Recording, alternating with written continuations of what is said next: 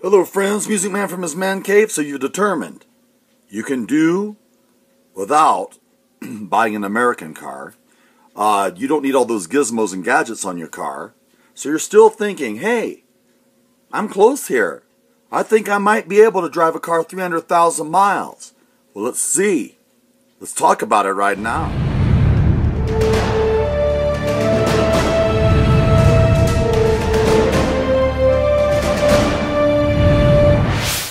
Friends, Music Man from his man cave, and now we're going to continue on with driving a car 300,000 miles. You'll need to watch the part 1 where I talk about what brand of cars you need to look for. You need to also listen to me when I'm talking about buying things that are going to break in quick order. Those things can be a problem very soon down the road. And you also need to realize that it takes a very special person to drive a car 300,000 miles. Most people drive their car 100,000 miles or a little over and they get rid of it. But you want to save money. You want to learn to live on less. So you think that I'm going to buy a car and I'm actually going to try to drive it to that coveted 300,000 miles. Then this video is for you. Now, what is the next thing that you need to do? If you're really serious about driving a car 300,000 miles, well, you need to be very aware of the wrecking yards that are around. Well, let me say this. Let's backtrack a little bit. First of all, you need to buy a car that sold a lot of that year. Like, I like to buy 92 through 96 Camrys because they were one of the, I think, number 1 or number 2 behind Taurus that sold in those years. So right now, even in my small town, there are like 6 of those Toyota Camrys sitting in a wrecking yard right now that I just went a few days ago and got a part off of.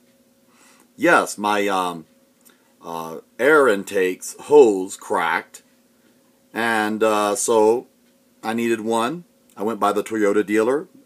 They wanted more money than I was willing to spend, and then they said it would be $70 for them to install the air intake hose that goes from the air filter to the electronic fuel injection intake. There's a little metal flap there. It cracked. And I can tell you how to avoid that. Use a band instead of those 2 rings. Those rings tend to tear, or they over tighten them and they tend to tear the rubber. So back on track. So you want to drive this car 300,000 miles. Well, from about 200,000 to 300,000, you're going to have some things that are going to break. Hoses are going to get brittle. All right? You need to know that. Alternators go out. They will. I've never had one go out on a Toyota, actually. Starters go out. I've never had one on a Toyota ever go out on me. Never. Not a single starter has ever gone out on me on any of my Toyotas. I've never had a starter with an alternator or with a starter. But you need to, things like that can go bad. Hoses can get brittle, so you know how to change the hoses. You're going to need to know how to change the hoses that go from the radiator to the engine. So the radiator hoses are going to need to be replaced. So you need to have basic skills there. You're going to need to be able to change the thermostat. And the thermostats are cheap.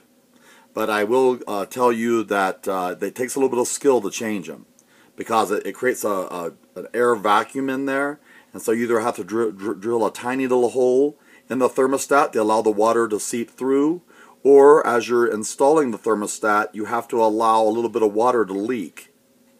And you know, sometimes it works, and sometimes it still leaks a little bit around there, and you have to either buy one of those sealants that makes a gasket, or you just buy a gasket for it.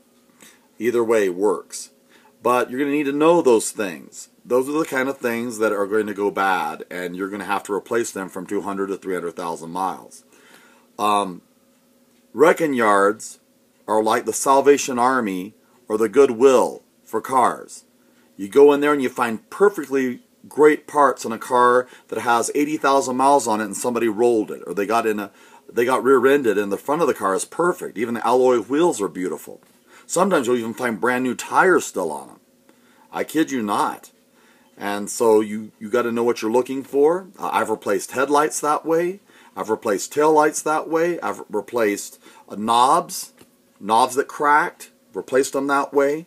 And so if you're just a little bit handy, you can do this. Or if you have a friend that's pretty handy, you can find a way to keep the car running for cheap. A great place to also try to grab a distributor. You see a distributor on a motor, and 9 times out of 10, the distributor is just fine. One warning, if you ever have the AM2 fuse blowing, you have it, diagnosed for $60, and they say that the AM2 fuse is blowing, and every time you put it in there and turn on the ignition, it blows, it's your distributor. A coal or a suppressor or something in there is going bad. So you need to, take care of that. Now, this is the kind of knowledge that you have to have about your car. I'm just giving you an illustration of the knowledge you have to have if your car is going to make it from that 200,000 to 300,000. Now, for some people, it's a real hassle. For me, it's not. You have to determine what kind of person that you are. For me, it's great because I know that there's a lot of Toyota Camrys in the junkyard. I get hubcaps. I get all kinds of things. I even get brand new tires sometimes. And that's how I live. I love a good deal. And I like driving cars to 250, 300,000 miles on the cheap. That's money in the bank for me. Now, if all this right now is just, oh my goodness, that's too much of a hassle, no. I don't want to deal with that stuff. I don't want to have to change air filters. I don't have to worry about the oil. I just want to drive a car and not worry about it. Then you're probably going to drive a car 150,000 miles and then get a new one. That's fine. Because then there's people like you and I, or people that are watching this, you and I, that are going to benefit from those people. We're going to get a smoking deal. One thing I also want to warn about is there's a lot of people like on Craigslist that they way overcharge for a car. They have a car that has 280,000 miles with an automatic transmission in it. It's only a fender bender away, or only a motor going bad or something like that from going to the masher. Yet they want $2,000 or $3,000 for it. I don't understand what these people think they have, but I'm sorry, if your car has a bad motor, sell it to me for a few $100. And I'll consider if I want to put a motor in it or just part it out. But to try to sell it to me for like $1,000? Do you realize the car is absolutely worthless? With 250, 300,000 miles on a car, asking $3 grand for a car is absolutely ludicrous. Because all it's going to take, if the motor fails, you don't want to put another motor in a car that has 250 to 300,000 miles. If it's an automatic, maybe, but way overcharging on Craigslist, way overcharging for these cars that have 250, 300,000, saying, but it's a Nissan, but it's a Toyota, but it's a Honda.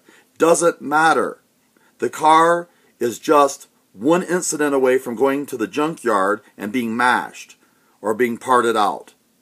So stop the nonsense. Stop way overcharging for these cars. Now the junkyard gave me a great deal on this hose.